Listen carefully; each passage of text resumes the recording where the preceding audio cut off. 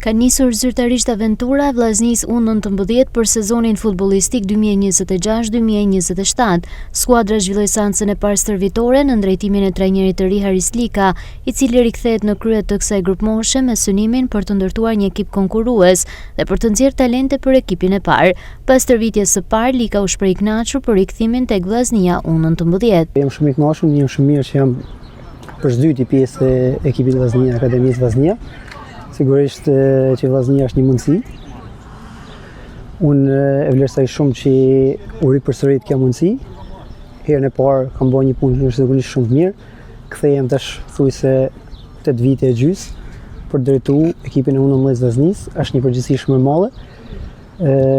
Kam marrë angazhim që të bëj më së mirën time, bashkë me kolegët e mi, në mënyrë që ta shkojmë këtë ekip aty ku e meriton realisht. Lika nënvizoi se objektivi kryesor mbetet zhvillimi i futbollistëve të rinj, por palën më janë ambicjet për të qenë protagonist në kampionat. Objektivi është, them drejtën, të kapim 500 e parë, por realisht besoj që dhe shpresoj shumë që me punë dhe me përkushtim, jo vetëm temin, por edhe gjithë medjemve që kam mbrapa, të arrijmë edhe shumë më së saq. Objektivi kryesor, them drejtën, i çdo ekipi U19 është furnizimi me lojtarë të ekipit parë.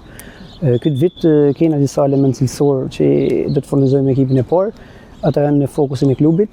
Besoj klubi ka filluar ka lëviz, me sa diun ka bollë kontrata me disa nga akadem. Të marr parasysh edhe ligjin që ka nxjerr federata për aktivizimin e një 17 vjeçari në 45 minutat e para. Besoj që për këtë djem do të jetë një mundësi e mirë për me dash me vesh fanelin e ekipit parë me plotësu ëndrrën e tyre.